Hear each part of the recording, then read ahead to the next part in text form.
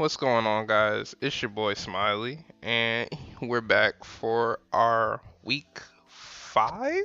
I want to say week five recap of the AAWL league. I don't know how I gotta figure a way to shorten that out for myself. But our opponent's team. I wanted to start off with our opponent's team, and then show off the team that we made, and then show you the battle because it's the recap because I already battled everything, all that. So his team is Tapu Fini, Magnezone, Porygon 2, Kyurem, Virizion, Spiritomb, Licky Licky, Mega Swampert, Entei, Espeon, Togekiss, and Toxicroak. And he has a pretty like, oh damn, my bad. Looks like to be like a pretty defensive, but like wearing down your team kind of build towards his team. So my outlook on going at him was to just go as offensive as possible. Uh so I'm gonna start off with our first mon, Haxorus. Now, to be honest, Haxorus' job was to if he ever brought Porygon 2, hit Porygon 2 as hard as possible and then let something else KO it, because I'm pretty sure Porygon 2 lives like almost anything, because I know that mon is very bulky. So we have Poison Jab for the Tapu Fini, the Togekiss, Dragon Dance. You know what Dragon Dance does. Dragon Claw and Superpower. Pretty straightforward with the Haxorus. We went Adamant this week because I wanted to hit that Porygon as hard as freaking possible. Yeah, that's basically it for Haxorus. Next up, we got Mega Lopunny here. I got Fake Out, Power Up Punch, Return, Thunder Punch, and Thunder Punch is for the Togekiss and the Tapu Fini just to hit super effectively.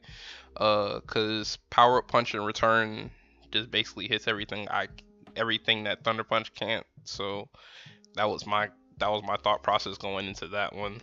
Max speed, max attack. We went Jolly, not Adamant this week because we didn't really need to run Adamant. Next we got Mamoswine here with our Focus Sash. This was my rocker. I wanted to get rocks up because if there was any chance of him having a Focus Sash Mons, and I needed to wear his team down because his team is very like bulky, and I can't mess around with bulky teams the way my team is set up because I don't have too many. I have limited switch-ins on my team. So my thought process going into it, I gotta get whatever I can up and like try to beat him as fast as possible, or if I can stall him out, like still have that one mine in the back to just demolish whatever mines he still has. We have Stealth Rock, Icicle Crash, Freeze Dry is for the Tapu Fini. It has some special attack investment, just cause I don't like Tapu Fini. As soon as we get rid of Tapu Fini, the easier the game will go in my head, because I know he's bringing Tapu Fini. Who doesn't bring Tapu Fini? Tapu Fini is a great mon overall, and the faster we got rid of Tapu Fini would have made the game easier. And I have Sandstorm here because my worry was he was gonna bring a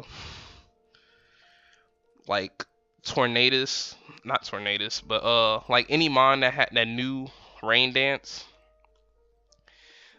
Any mon that knew Rain Dance on his team, I thought he was gonna bring that with his Swampert, but I'll show you in the match. But yeah, that was my thought process. Sandstorm just to get rid of Rain. That's why I was Focus Sash as well.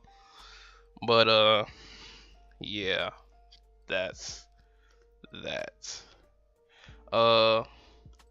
Then we have Tapu Koko here. Now I made this special Tapu Koko here because I just I wanted Tapu Koko to stay around most of the game. There's not much that it can't do.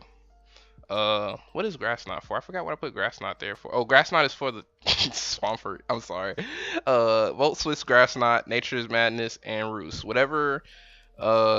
Nature's Madness is for the Magnezone or any other mon around that Tapu Koko can't really hit with this coverage of Volt Switch and Grass Knot. So that helps a lot. And next we got our Frogadier, Choice Scarf Protean, T-Spikes, Hydro Pump, U-Turn, Ice Beam. U-Turn, uh, get in, get out. Ice Beam, it hits most of his team for super effective damage. I mean, most of his mons for super effective damage. Uh, the T-Spike, uh, I really thought about it, and like, if he if I could poison most of his team, looking at his team, because he wouldn't bring Toxicroak, and that was his only way of getting rid of a T-Spike besides Defog. Uh, he didn't have anything for a T-Spike, so I wanted to be able. My thought process was, if I can wear his team down in any type of shape or form, I would want to get my T-Spike up. So yeah, and then I have Celesteela here, Earthquake, Protect, Leaf Seed, Heavy Slam. Pretty straightforward with this one. Max HP, max defense, cause this was my Swampert answer. This was on my only, like, this was straight up my Swampert answer. I wanted to live hits and just like stall out rain as much as I could if it ever happened to me or that ever came up. But now that you've seen the team, let's get into this battle. Now, I don't know, this is just me, but people say good luck, have fun. I never say good luck in Pokemon, cause niggas get lucky. People get lucky. So I know it's not in me to say good luck. It's in me to have fun though. But let me start the battle. So he starts off with Tapu Fini. I start off with Mamoswine. My first thought was see how much Freeze Dry would do, and it did a decent amount, but he has leftovers, so I thought get my rocks up and let Mamoswine die, because I saw he didn't bring his Mega Swampert, so there was no need for Mamoswine to really stick around, because that was really Mamoswine's like real purpose, to make sure I just don't get swept by rain. But other than that, I bring out Tapu Koko. I obviously go for the Volt Switch. He brings out Kyurem, and it does a decent amount. I go right into Celesteela. He Ice Beams, and that Ice Beam does a ton of damage. But I got a decent amount of health back, and I'm okay with that. I Protect here. I think I go for Leech Seed again, because he defogs my rocks away, which I don't really mind, because rocks they're needed, but they're not like necessary this game. And this was great in my opinion. That play right there, he went right out into Magnezone, and as you saw in the team builder, I'm packing Earthquake. So I'm not really worried about this Magnezone. I'm just trying to get up enough health to where I can live a hit. So I Protect here. Get them leftovers. And I happen to be faster than the Magnezone, which is amazing to me. But yeah. I'm surprised I didn't kill the Magnezone, but I was faster than the Magnezone with the Earthquake. And then I Heavy Slammed to finish it off, just because, if he wanted to switch out or anything. I wanted to keep Celesteela because it could come in handy later. Frogadier, as soon as I saw that Magnezone died, I wanted to get my T-Spot up. And this has to be like, what is this? I think this is Scarf Kyurem. Because it seemed either Scarf or Specs, because it was packing a punch this entire game. He brings out Togekiss, and I don't want to risk that so I bring right out my Tapu Koko. He gets poisoned, which is great for me. I Volt Switch, and now I got some things popping, because he dies to the T-Spike, and that Kyurem going down put a little less stress on my team, because it wasn't much I was really scared of. He brought out Entei. It gets toxic. I mean, poison, and that's just everything's starting to get worn down as the game progresses. I go to low punny. He toxics. Now, during this part in the battle, I was thinking, what kind of Entei could he be to throw off a toxic? Cause who, if in my head, you would go for like, Sacred Fire. At least that's what I'm thinking. Like to try to get a burn on one of my mons. Cause the rest of my other than Tapu Koko, Low Punny and Haxorus are physical attackers. So I would think Sacred Fire would be your move to choose to try to get a burn or something, even though it's not very effective against Haxorus, but still the burn is very possible. But he went for a toxic, and I think that was a misplay on his part. He extreme speeds. That was just a easy power up punch. Something is going to get hit with a lot of damage. Now, at this point, somebody said that one layer T-Spike is doing a lot of work. Yeah, because his team was very bulky in a sense, and I didn't want to have to deal with it for the most part. So after this, I calc this +1 return had a chance to kill, but it didn't. I got I want to say like not min roll, but like close to min roll, but still that's still good for me. I Thunder Punch here because I don't think it didn't really make the difference what I did at this point. Everything was pretty much set in stone.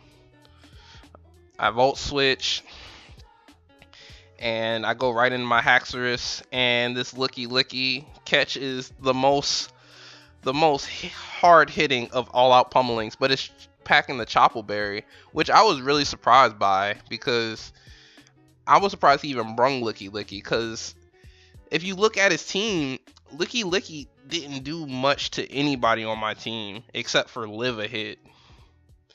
And that was really unexpected to me. I feel like he could have chose Porygon 2 to go in that slot. But hey, your boy caught the W regardless of what he brung. So, hey, yeah. So that's week 5. Let me check one more time because I want to make sure this is week 5 so I'm not just, speaking wrong. Yeah, that was our week 5 battle. And I think around Saturday I should be able to upload the week 3 battle. Not week 3, week 6 battle with our next opponent, Bendover. That's his name. It's Ben and then Dover. So I like that name. It's so funny. But yeah, good game to my opponent. Thank you guys for watching. If you think we can keep winning the next after our week 6 battle, we face a person that is undefeated so far so far in the league, and I'm really looking forward for that battle because I want to be the one to take him down, because everybody is just getting swept like crazy by him, and I want to see what I can do against him or what my team could pack for him. So yeah, thank you guys for watching. If you support the Atlantic City M Palms, like, comment. Don't forget to subscribe if you like the content. I will see you guys later.